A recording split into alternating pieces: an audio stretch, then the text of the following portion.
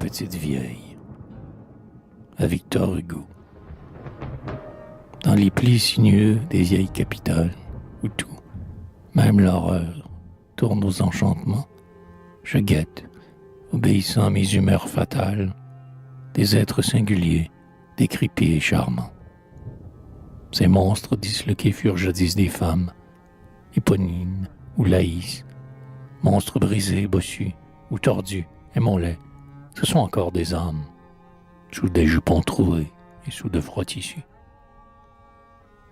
Ils rampent, flagellés par les baies iniques, frémissant fracas roulant des omnibus, et serrant sur leurs flancs, ainsi que des reliques, un petit sac brodé de fleurs ou de rébus.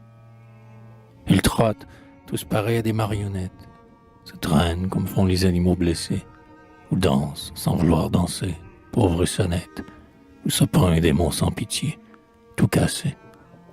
Ils ont des yeux perçants comme une vrille, luisants comme ces trous où l'eau dort dans la nuit. Ils ont les yeux divins de la petite fille qui s'étonne et qui rit à tout ce qui reluit. Avez-vous observé que un cercueil de vieille sont presque aussi petits que celui d'un enfant? La mort savante met dans ses bières pareilles un symbole d'un goût bizarre et captivant. Et lorsque j'entrevois un fantôme débile traversant de Paris le fourmillant tableau, il me semble toujours que cet être fragile s'en va tout doucement vers un nouveau berceau. À moins que, méditant sur la géométrie, je ne cherche, dans l'aspect de ses membres discords, combien de fois il faut que l'ouvrier varie la forme de la boîte où l'on met tous ses corps. Ses yeux sont des puits faits d'1 million de larmes, des creusets que métal refroidi païta. Ses yeux mystérieux ont d'invincibles charmes pour celui qu'a l'austère infortune à l'état.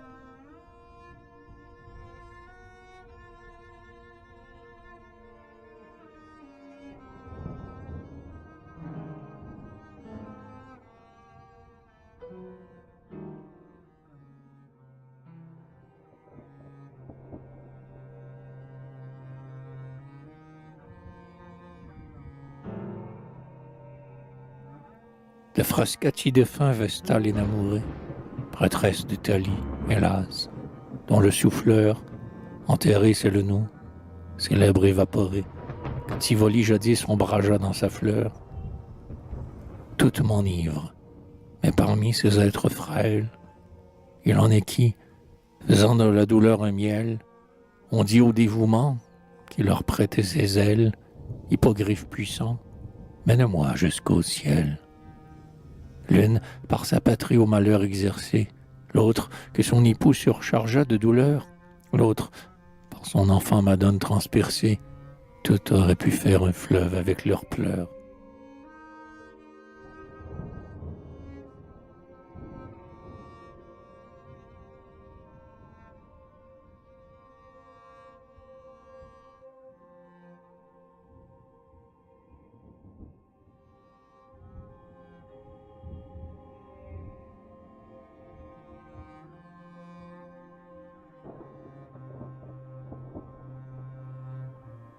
Ah, que j'en ai suivi de ces petites vieilles, une, entre autres, à l'heure où le soleil tombant, ensanglante le ciel de blessures vermeilles, pensive, s'asseyait à l'écart sur un banc.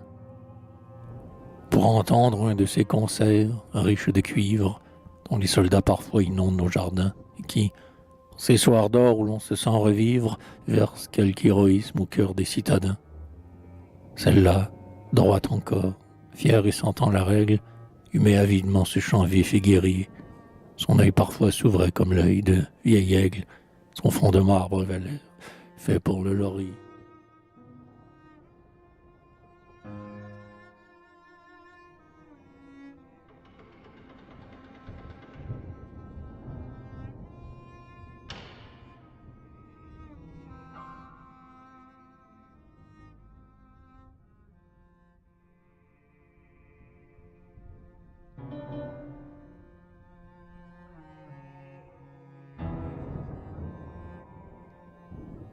Tel vous cheminez, stoïque et sans plainte, à travers le chaos des vivantes cités, mère au cœur saignant, courtisane ou sainte, dont autrefois les noms par tous étaient cités.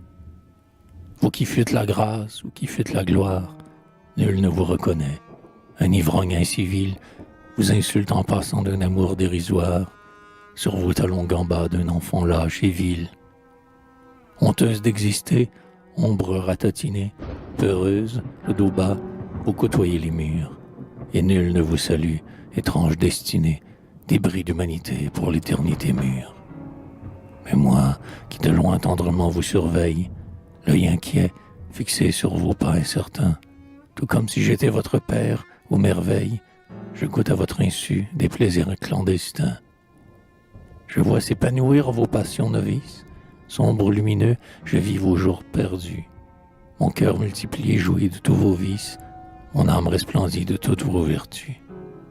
Ruine, ma famille, au cerveau congénère, je vous fais chaque soir un solennel adieu.